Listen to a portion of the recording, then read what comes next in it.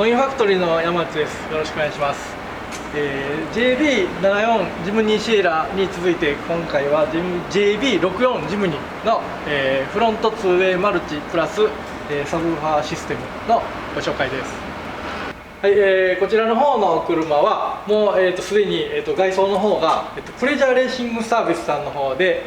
オーバーフェンダーとか、ホイール車高調とかはもうカスタムされているお車になります。オーディオシステムの方のご紹介なんですけども、こちらの車は、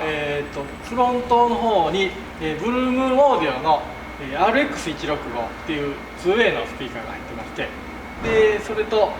トランクの方にサブウーファーが、マッシブオーディオっていうメーカーのヒッポ 64XL っていうサブウーファーと、BL2 っていう小型の DQ アンプとのセットの、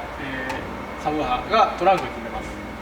デッキの方なんですけども、パイオニアの、6.8 型、モニター、2DIN DVD デッキですね。こちらの FH-8500DVS というのを、使用して、フロントのね 2way の、スピーカーを内蔵アンプの4チャンを使ってマルチで、鳴らしてます。で、ここからサブウーファー出力を、ラゲッジまで引いて、外部アンプでサブウーファーの方を鳴らしてま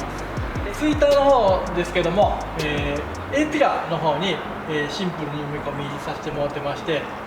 これは生地を、バックスキンのベージュの色で巻いてます。はい、ドアの方のインストールなんですけども、こちらもドアの方にアウターバッフルを製作してまして、ミッドバスの、フラットタイプの、インストールで、キャップボルトでスタッツ風にこう装飾してる感じの仕上げになってます。で、RX165 に付属している、スピーカーグリルを最後に装着して仕上げています。